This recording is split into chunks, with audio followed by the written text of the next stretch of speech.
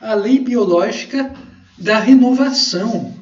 Tudo precisa se renovar, né? Se a coisa não se renova, a coisa uma hora morre. Nada está estático em nosso universo, tudo está em movimento.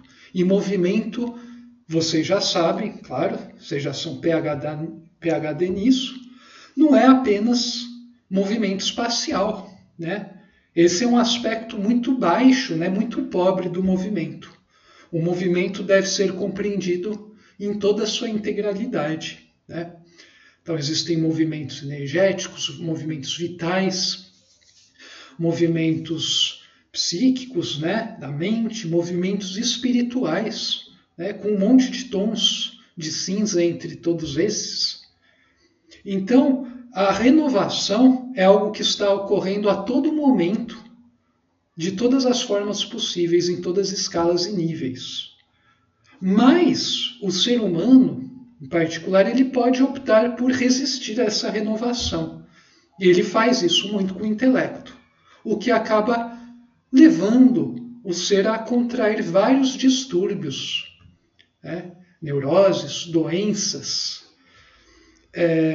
Geralmente, né, as neuroses e doenças são típicas de pessoas que não querem frear coisas que seriam naturais, que elas deveriam aceitar. Existe um caso particular onde neurose pode expressar genialidade. A gente vai tratar isso mais nos capítulos finais, mais especificamente no capítulo Gênio e Neurose. Mas, na imensa maioria dos casos, você acaba gerando doenças, distúrbios, traumas, impedindo o ser de conseguir resolver problemas, né? Ficar em constante conflito consigo mesmo, porque ele se recusa a deixar as coisas fluírem. Ele não quer morrer para renascer, ele quer permanecer vivo numa forma inferior de vida. Ele não quer morrer para aquela forma de vida e nascer para uma nova forma. E isso não vale apenas, não diz respeito apenas ao fenômeno de reencarnação. Isso se dá na própria vida, né? Ou com ideias e teorias, ou ideologias, correntes de pensamento e tudo mais. Nós precisamos sempre estar nos renovando de tempos em tempos para continuarmos progredindo na nossa vida. Se a gente não abandonar algumas ideias, percebendo que elas não fazem mais sentido, nós vamos só estar sofrendo cada vez mais. Vamos estar nos arrastando até a gente começar a parar. A gente vai estar agonizando. Isso é a morte. Então a renovação é algo inerente, né, a todos os fenômenos. E quando se fala, né, na lei biológica da renovação, entendam aqui essa biológica como uma biologia que vai além do estudo do saber, né, da área da biologia. Ela se estende para os níveis inferiores e também ela encampa o nível mental, né, o campo humano, social, da mente, né, da psique e além também. Então, se trata aqui de uma biologia estendida, né? Porque bio é vida, logia é estudo, mas o bios aqui tem um significado muito mais amplo e profundo do que o desses acadêmicos. Engloba também, né, os fenômenos da vida orgânica, né? Mas vai além disso. Aliás, o que faz isso ocorrer, né, a gênese disso é mais psíquico, né, e não material. Então, nesse capítulo, fala-se sobre como é que funciona essa lei de renovação, né? Quais são os seus mecanismos, como é que ela se dá e tudo mais. Bom, uma das coisas que a gente precisa ter aqui bem claro é a distinção entre matéria bruta e também matéria mais viva, né? Os dois são matéria, né, para os olhos de uma pessoa racional, mas até mesmo uma pessoa que não tem a intuição desenvolvida, é uma pessoa que ainda está no nível intelectivo totalmente, a pessoa percebe claramente que a matéria viva e a matéria bruta, elas têm formas de organização completamente diferentes, né? Completamente diferentes. A gente consegue estabelecer uma série de características marcantes que a matéria viva possui e a matéria bruta não possui, né? Não possui. E essas características da matéria viva tornam ela especial, né? Torna a gente mais sensível a ela, né? Então você, por exemplo, chuta um bichinho ou chuta uma pedra, as pessoas que estão olhando isso, elas vão reagir, né, interiormente, né, vão se impressionar de forma muito, mas muito, infinitamente maior quando você chuta, né? É só um exercício mental, né? Você chuta uma matéria viva, né? Então isso de certa forma revela alguma coisa, né? Revela que no íntimo do ser humano existe alguma coisa lá dentro, né? Da matéria viva que a torna viva, né? Não é simplesmente a matéria estar organizada de uma forma que pareça viva. Porque se fosse isso, se as pessoas realmente acreditassem lá no fundo dos seus corações que é isso, não teria o menor sentido as pessoas ficarem impactadas, né, sentirem uma certa dor, né, chorarem com o fato de alguém estar maltratando um animal, certo? Não teria sentido. Se a origem, né, se a matéria viva é simplesmente matéria que por acaso se organizou de uma maneira a exprimir consciência, então a consciência seria típica da matéria. Então, chutar uma pedra e chutar um porquinho da Índia não deveria levar a pessoa a ter uma sensação, né, a reagir de forma altamente diferenciada, né? Quer dizer, a gente encontra pessoas, né, que não cometem violência gratuita contra animais, né, sem necessidade alguma e não sentem nada, né? Para elas dá na mesma. São pessoas cujo grau de consciência é baixíssimo, né? Mas enfim, a questão aqui que eu quero mostrar para vocês não precisam ser cientistas, né, acadêmicos, para conseguirem colocar um acadêmico ateu, materialista, reducionista, numa posição ridícula, né? Porque basta você vir com essa questão, né? Se a matéria viva é simplesmente um arranjo mais ordenado da matéria, então a matéria não possui inteligência nem sentimentos. Então, no fundo, essa matéria viva que surgiu não vai ter esses atributos, porque o polo que realmente a anima seria o polo matéria. E um dos atributos a matéria não tem atributo de inteligência, mesmo que ela seja governada por leis determinísticas. Isso não quer dizer que ela em si seja inteligente. Você percebe que num animal, né, mesmo numa planta, você possui alguma coisa que sente, né? Sente dor, anseia alguma coisa. Existem coisas totalmente diferentes. Só isso já deveria ser, eu não diria prova, né? Mas uma evidência fortíssima para a pessoa saber, né? Não apenas crer, mas saber que o espírito está presente, né? Começa a se fazer presente nos seres vivos, né? O que caracteriza, inclusive, né, a matéria viva é a presença do espírito, em vários graus, né, que começa a atuar. Ele está lá presente. Então, vamos ver, né, vamos comparar aqui características da matéria bruta confrontando com características da matéria viva, né? Então, olha só. A matéria bruta tem uma inércia muito alta, né? Se deixa uma pedra no lugar, ela pode ficar anos, décadas, séculos nesse mesmo lugar. Ela não vai se mover. Um animal não é a mesma coisa, né? Um ser vivo. Nesse sentido, ele tem uma inércia baixa, inércia física aqui falando, né? Então ele vai se mover, muda um pouco a condição de temperatura, pressão, a umidade, o contexto, né? Outros seres aparecem, ele vai se mover, né? Então ele vai sempre estar buscando uma configuração diferente, né? A pedra não. A matéria bruta ela é muito coesa e ela é muito rígida, né? Já a matéria viva, você percebe que ela é frágil, mas ela tem uma flexibilidade, né? Essa fragilidade também é flexível. E essa flexibilidade, essa fragilidade, né, não pode ser vista como uma fraqueza, necessariamente, né? Do ponto de vista físico, né, uma pedra, né, ela é mais forte do que um animal.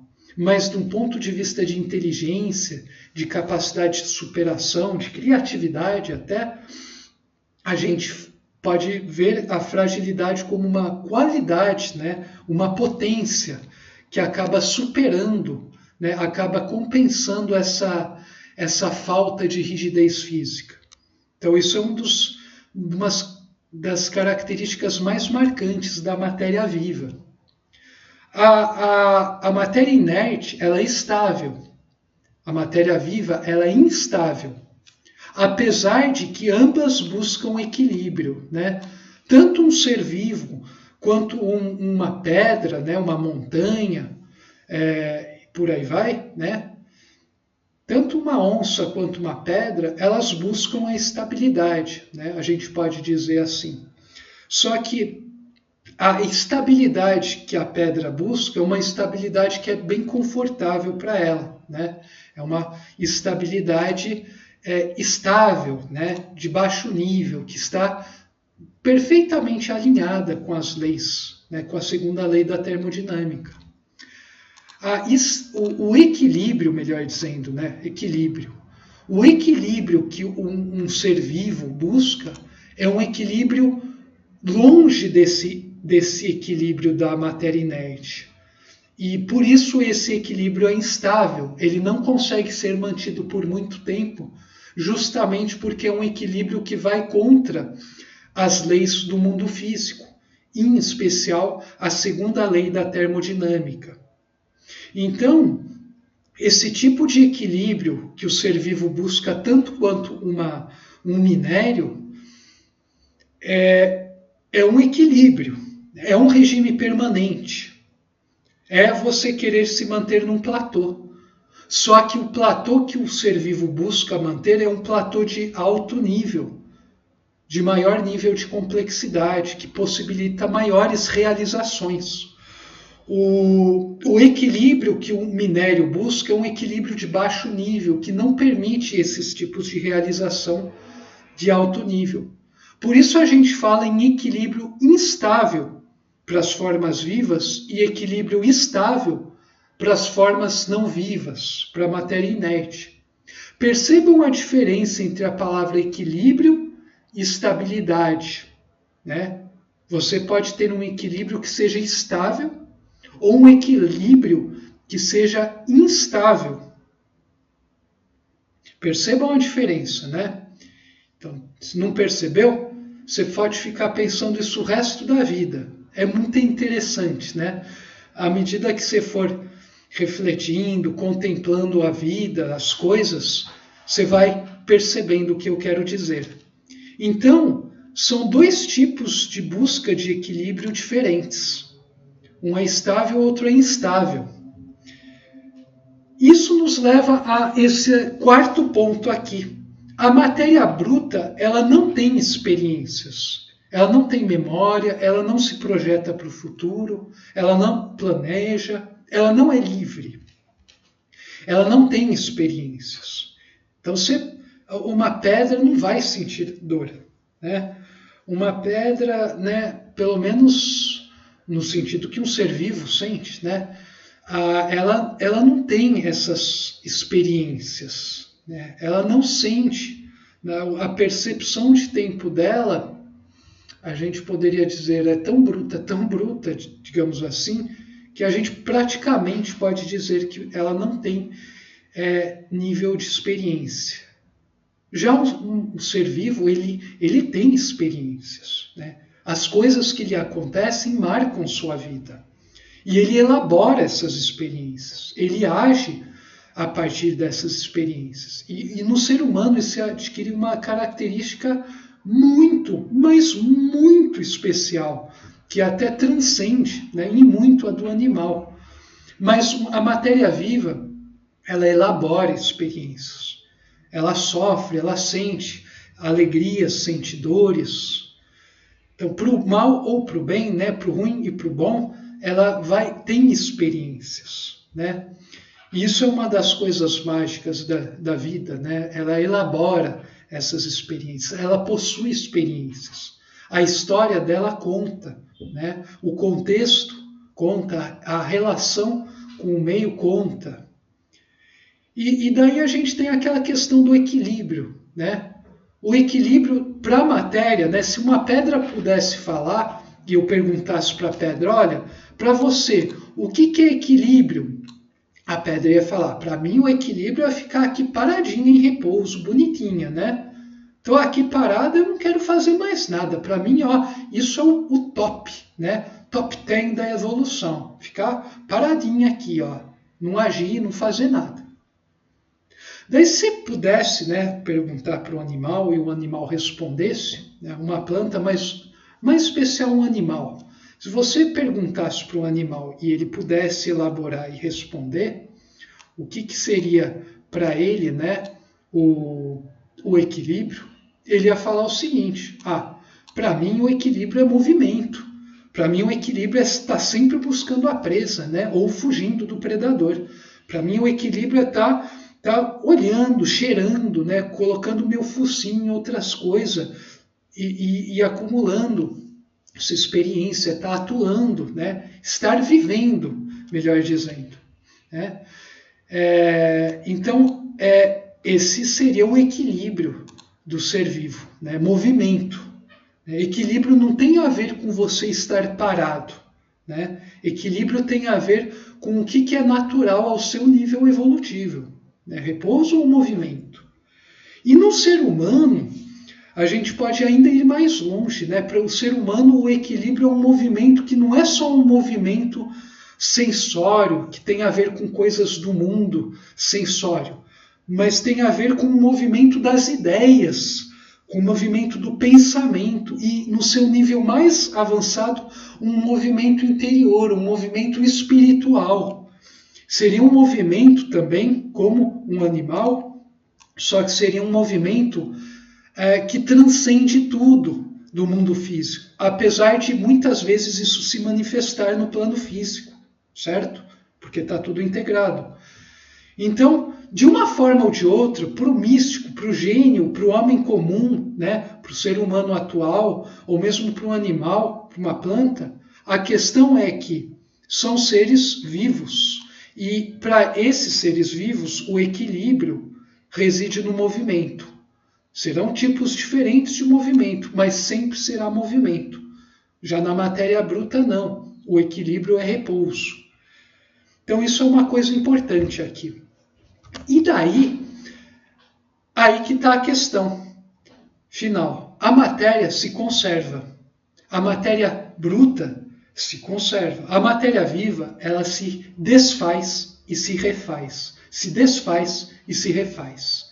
Ela se desfaz e se refaz continuamente, de várias formas, em todas as escalas. Em particular, na escala de espacial e temporal, mas entre os extremos do universo. Né? Porque as escalas espaciais e temporais que estão no muito grande ou muito pequeno, na verdade, é mais dominado pela matéria bruta, né? Apesar da consciência estar aí presente. Né? Bom, mas a questão é que na matéria viva, ela está sempre se desfazendo. Ela é tão frágil, ela morre tão facilmente, mas ao mesmo tempo ela está sempre se criando novas formas. Já a pedra, né, ela se conserva. Né? Tanto que as leis que a gente estuda em física, né, a maioria das leis diz respeito à conservação. Né? Todas as leis da física dizem respeito à conservação e são baseadas na simetria temporal. Né? As 3 leis de movimento de Newton, a lei da gravitação universal, a lei de Coulomb da eletrostática, a lei do magnetismo, né, da magnetostática, a lei do eletromagnetismo, a primeira lei da termodinâmica, que diz respeito à conservação da energia, e a gente pode estender para a conservação da massa, conservação da quantidade de movimento, né, momento linear e momento angular. Então a imensa maioria das leis do mundo físico falam sobre conservação. Né? Eu quero conservar a coisa. E a vida, de certa forma, exprime isso em termos de reprodução. Mas a vida possui uma outra qualidade que você não consegue perceber na matéria, a não ser do ponto de vista negativo. E essa fenda a gente encontra no próprio mundo físico, na segunda lei da termodinâmica, que diz que o calor sempre flui, né? Todo o processo espontâneo, né, de transmissão de calor se dá do corpo mais quente para o mais frio. Todos os processos tendem aí de uma qualidade maior para uma menor, tendem a fazer com que a qualidade da energia diminua com o tempo. Isso já é uma ruptura de simetria. E isso aponta numa direção, isso tem muito a ver com a dimensão tempo. Né? E do ponto de vista consciencial, isso tem a ver com a evolução do ser. Do ponto de vista físico, isso tem a ver com a degeneração do universo físico. 2 faces da mesma moeda. Então, a gente percebe então que isso é uma qualidade inerente, né, à vida. Se destruir, mas se construir. Criar e destruir. Criação e destruição. Né? Então, com isso aqui, eu acho que eu falei bastante coisa interessante nesse vídeo, tanto que estamos já em 22 minutos, né? Eu não consegui parar de tão interessante que é a coisa. Eu espero que você tenha tido a mesma sensação que eu. E nas próximas exposições, a gente vai continuar falando sobre essa lei da renovação. A gente se vê lá. Um abraço fraterno a vocês.